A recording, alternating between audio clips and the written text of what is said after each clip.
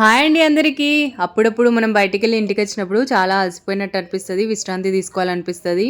ఇంకా ఇంట్లో వంట చేయక తప్పదు కదా మన ఆడవాళ్ళకి. అలాంటి టైంలో ఈజీగా మనం కూర ఎలా చేసుకోవచ్చు అనేది ఈ రోజైతే మీకు చూపిస్తున్నాను. అదే విధంగా బ్యాచిలర్స్ కి కూడా ఇది చాలా యూజ్ అవుతుంది. అంతేకాకుండా మన ఇంట్లో కూరగాయలు ఏం లేనప్పుడు కూడా ఈ రెసిపీ అనేది మీకు చాలా బాగా యూజ్ అవుతుంది. మరి ఇది ఏ విధంగా చేస్తాననేది చూద్దామా. ఈ రెసిపీ కోసం నేను 1 స్పూన్ జీలకర్ర తీసుకున్నాను, 5-6 పచ్చిమిర్చి ఈ విధంగా ముక్కలు చేసి తీసుకున్నాను, కొత్తిమీర కట్ చేసి తీసుకున్నాను, వెల్లుల్లి దంచి తీసుకున్నాను, కరివేపాకు, 2 పెద్ద సైజ్ ఆనియన్స్ ఇలా చిన్న ముక్కలుగా కట్ చేసి తీసుకుంటున్నాను. ఒక గిన్నెని స్టవ్ మీద పెట్టుకొని మీడియం ఫ్లేమ్లో వేడి చేసుకుంటున్నాను. ఇందులో ఆయిల్ వేసుకుంటున్నాను.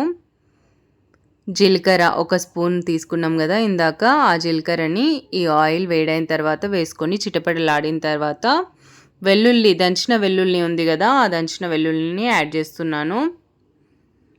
ఈ వెల్లుల్లి రంగు మారే వరకు మంచిగా వేయించుకొని ఇప్పుడు పచ్చిమిర్చిని యాడ్ చేసుకుంటున్నాను.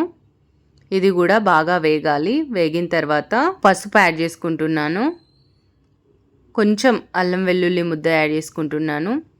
చిన్న మంట మీద అల్లం వెల్లుల్లి ముద్దని కలుపుకోవాలి, లేదంటే అడుగు పట్టేస్తుంది. కరివేపాకు ఇంకా ఉల్లిపాయలు కూడా యాడ్ చేసుకుంటున్నాను. ఉల్లిపాయలు మంచిగా మగ్గే వరకు వేయించుకోవాలి. ఇందులో వాటర్ ఏం యాడ్ చేయము.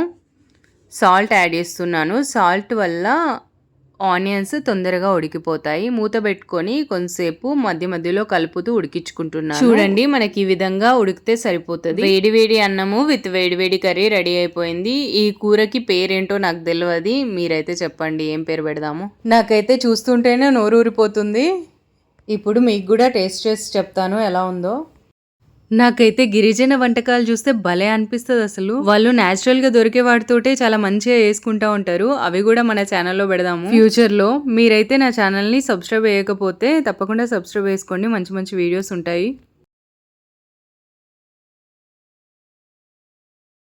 నిజంగా చాలా బాగుంది. మీరు కూడా ఎప్పుడైనా షాపింగ్కి వెళ్ళి లేదంటే హాస్పిటల్కి వెళ్ళి అలసిపోయి ఇంటికి వచ్చినప్పుడు తప్పకుండా ఈ రెసిపీని ట్రై చేయండి. కూరగాయలు లేనప్పుడు కూడా బ్యాచిలర్స్ కూడా తప్పకుండా ట్రై చేయండి.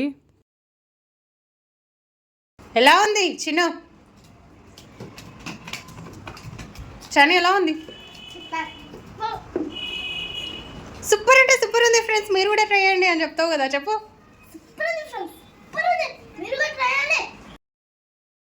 ఇంతేనండి ఈ వీడియో. Bye bye.